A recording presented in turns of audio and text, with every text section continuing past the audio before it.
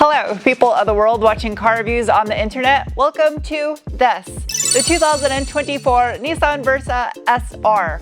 This is the cheapest new car you can buy brand new in North America right now. So today, I'm gonna get it up in the air, we're gonna nerd out in the tech specs, see how it's constructed, and then go try to discover whether or not it has a beam.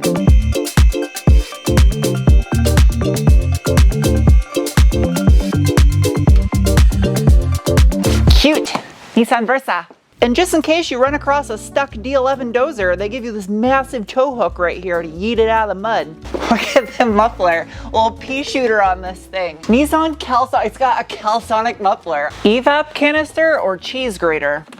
This is crazy. Dude, you could literally maintain this thing with basic mechanical knowledge and basic tools. Out back, the Nissan Versa uses an all-steel in construction torsion beam rear suspension. Simple, little divorced coil spring. Inspector Sarah.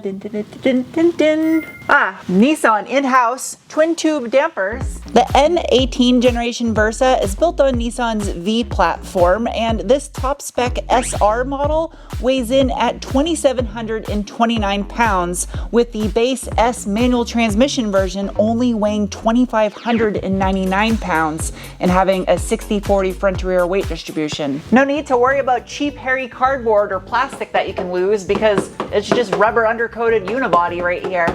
A little chassis brace, little aero flap, simple to access and drop the fuel tank if you ever need. Oh, without question, this is going to be the tiniest diameter exhaust pipe I have ever measured on a new car. 38 millimeter diameter mid pipe, which is about 1.5 inches.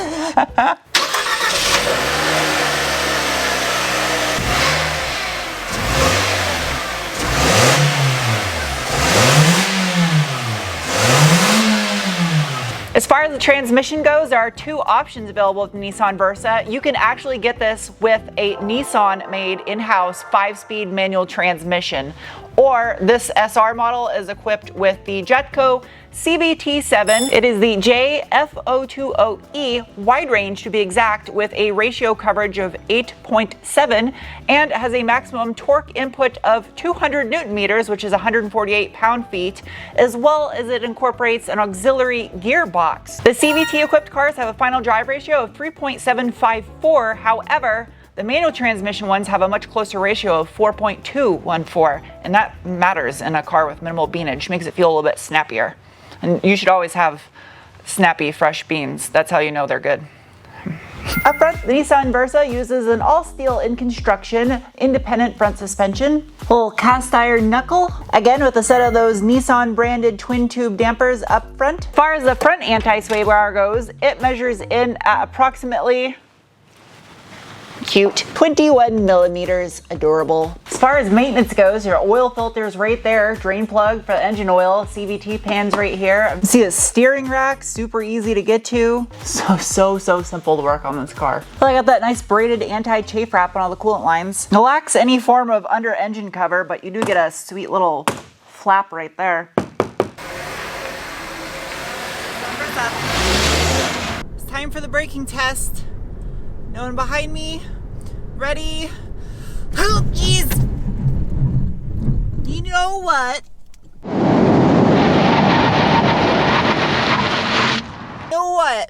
For the size of the brakes on this car, that actually wasn't bad. That wasn't bad. The stopping distance about average is what I would expect, and pedal feedback wasn't really crazy. That braking was just made possible thanks to a little 10-inch or 254 millimeter front rotor with a single piston floating caliper.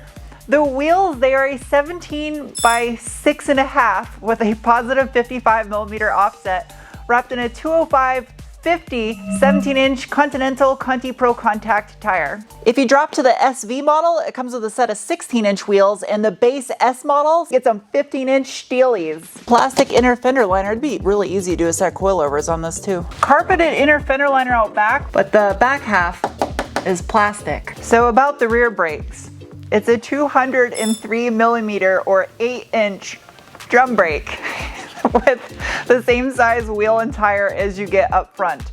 Maybe if you're into modifying a Versa, there is something else in the Nissan parts bin that you can source a set of disc brakes from to do a disc conversion, if that's what you're looking for. I'm sure that there is something that would interchange on this. In the name of science, I am now going to give this thing whatever bean it has.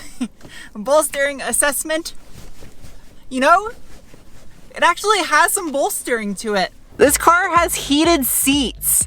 It's 21 grand and change, and it has heated seats. It's crazy. I like the pattern on it too. It's kind of throwback to early 2000s, late 90s. If you go down to the SV model, it only has upgraded cloth. And if you drop all the way down to the base S, it just has cloth.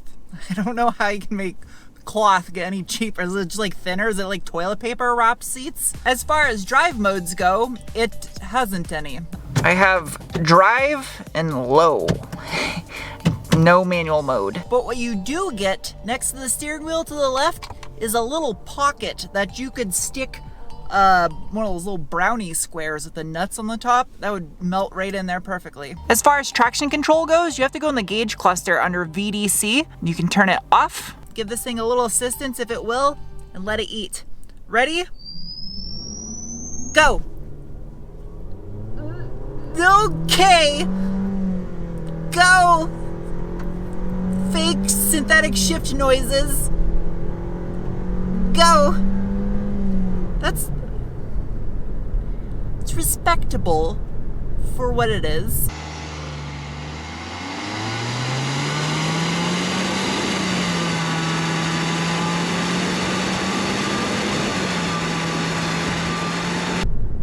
I wonder how hard you can launch it with a stick. Nissan Versa.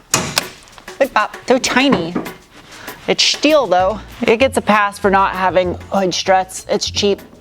Underneath the hood of the 2024 Nissan Versa is the HR16DE, which is an all aluminum dual overhead cam 16 valve 1.6 liter 4-cylinder that produces 122 horsepower at 6,300 RPM and 114 pound-feet of torque at 4,000 RPM. Now, of course, there is a forbidden fruit engine that we don't get here on the US versions of these cars. There's actually two. There's an HR15 version of this engine, as well as the HRAO DET, which is a 1 liter turbocharged 3-cylinder. But we don't get it in the States, and that's okay because this is the most powerful engine. So digging in a little bit deeper on this 1598cc 4-cylinder, the HR16 has actually been around since 2006 now, so almost 20 years for Nissan to work out any kinks and bugs and make this the best version of this engine possible, which has a 78 by 83.6 millimeter bore and stroke, a 10.4 to 1 compression ratio. The engine block itself does have cast iron cylinder liners despite it being an aluminum block, and moving up into the head, it does have continuous variable valve timing on both intake and exhaust cams, as well as it has 2 fuel injectors per cylinder. So it's both port and direct fuel injected, which is great for longevity, keeping the back of the intake valves clean from carbon deposits. There's no plastic engine cover to remove. You can see the plastic valve cover right here. Well, the coil packs say Z on them. You can see this little actuator down here. It looks like it has a variable intake runner and this weird little heat shield from the crankcase breather. That's weird. Easy access coolant expansion chamber. Alternators right up top, easy access. It's a little bit tight over here on the side where the belts are at. I can still get a foam hand in there. This does have a timing chain, not a timing belt, so that's a plus. Little airbox snorkel, drawing in air right behind that SR badge. If you pop the airbox and the battery out, you have ultimate access to the transmission. This would be so easy to work on this car. I'm so curious as what it would be like to drive one of these with the 5-speed manual. Like, I really want to try one out.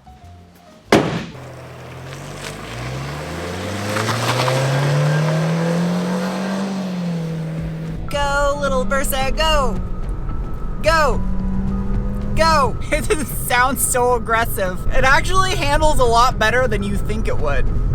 It's just looking at this car, you'd be like, oh, I would not want to take that around a corner fast. It's actually not bad. It's small cars like this that got me into cars. My very first car was a 1990 CRX SI, and obviously it's a lot smaller and lighter than the Versa, but for modern cars, this is about as small and as light as it gets. 122 horsepower doesn't seem like much, but when it's only having to cart around 2,700 pounds, It's not terrible, especially on the base model being 25.99 pounds. When you have a lightweight, small, cheap car like this, performance modifications go a long way. You can make drastic improvements with little money comparatively to more expensive vehicles. Handling upgrades on something like this would go miles in improvement. And this is not really that bad to start with, surprisingly or not. Now, I'm not saying it's on the level of like a Toyota GR86 or a BRZ, which is a great handling, affordable-ish car. It's not on that level, but it holds its own for being a cheap little economy car. Shout out to the tires. The tires are doing a lot for it. And these are all seasons too. Some suspension upgrades and some aggressive sticky tires on here, and this thing would be like on rails. And the fact that it has a torsion beam rear end, it actually feels a little bit more planted back there than the Mazda 3 Turbo I reviewed recently. I don't really feel a sense of liftoff oversteer with this. It's not like a Fiesta ST, but again, maybe some modifications you could improve upon this. Maybe it's because I came from humble upbringings, but I have more fun in cars like this than I do an exotic, expensive vehicle. The lack of having any ability to control this CVT whatsoever with some paddle shifters or even being able to slap this down here sequentially and fake shift it is a massive buzzkill. When you don't have much horsepower, a manual transmission makes or breaks a vehicle. I will say this, and I say this all the time, just because I am a car enthusiast, but I mean it more than anything on something like this. This is not a vehicle you buy with a CVT. It robs a massive amount of fun out of this thing by having no control over the transmission. It might look like a tiny car, but the trunk is huge. My camera case isn't exactly small, neither is my backpack, and you could fit like 8 of them in here. Normally I prefer hatchbacks, but it's a good looking sedan. The taillights remind me of the B14 Sentra. This is a tiny car and the back seat has got plenty of room in it. I got tons of leg room. Headroom, I can feel my flyaways scraping the headliner, but I still fit. Even the rear armrests are padded and it's got that faux carbon little cup holder. Fun fact, the map pocket behind the passenger seat, that is an option on the base model. You can opt for the map pocket if you want. Also, that's soft. What the hell is this carpet made out of? It's like woven spider hair. The rear package shelf is covered in that same woven spider hair. Wait, isn't spider hair silk? Also, on the base model, the rear seat back is fixed. It is not folding. That could be seen as a performance enhancement. Little stainless sill protector in the rear. Flat bottom steering wheel on all models of the Versa. The stereo system in this thing for the price of the car is surprisingly good.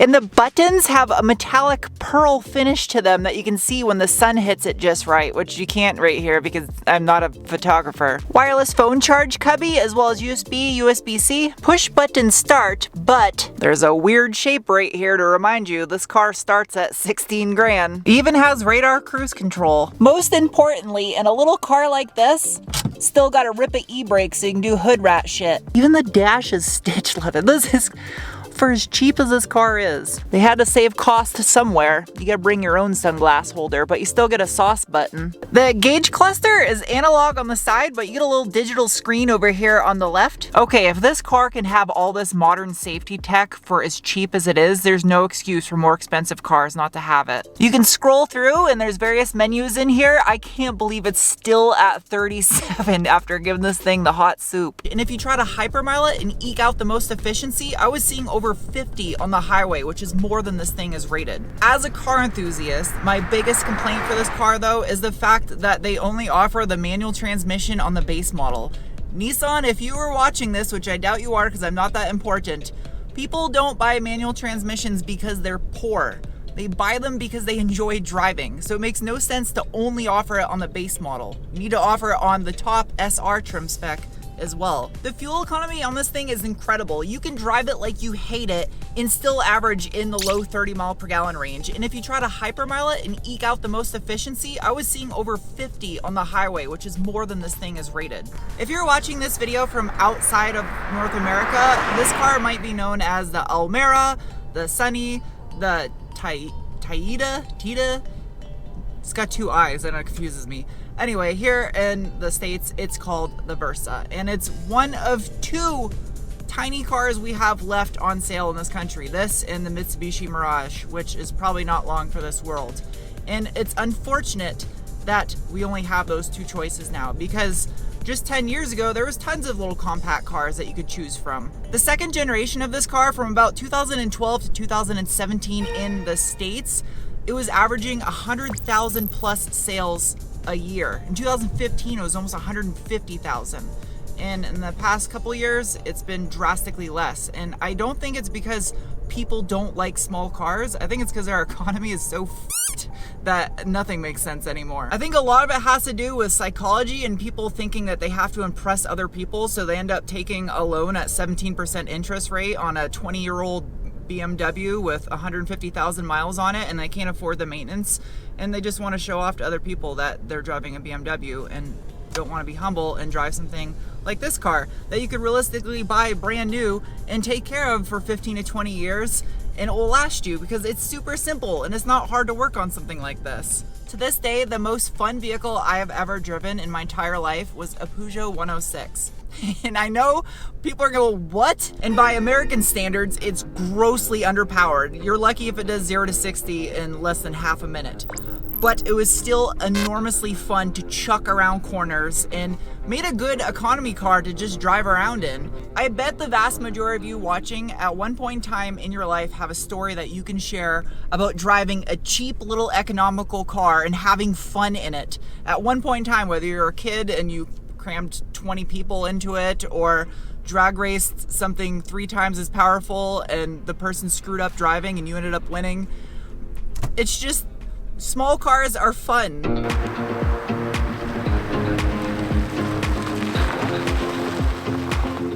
It is now time to give this thing some scores, starting with the bean score, the assessment of the feeling you get in your gut when you give it the beans. And the 2024 Nissan Versa SR gets a rating of... Next is the cookie score, the assessment of value, and this fully loaded SR model at $22,000 gets a rating of... Doesn't get any better than that. This thing's loaded and it's only 22 grand. And in 2024 money, that would have been like $7 10 years ago. Next is the wrench score, the assessment of ease of maintenance, and it's getting a rating of... It would have gotten a perfect score had this been the S with the manual transmission. Followed by the squid score, the assessment of handling, and it's getting a rating of... And lastly is the penguin score, the assessment on how much I personally like a vehicle. And the Versa is getting a rating of... If you can't tell by the smile on my face and how I keep laughing, I love cheap cars. They just make me so happy, and I'm so sad that we don't have more of these in the market. And the fact that Nissan might be considering discontinuing this thing, which is so sad. We need more of these. Anyway, I hope you guys enjoyed this review. I'll see you soon with another. Bye.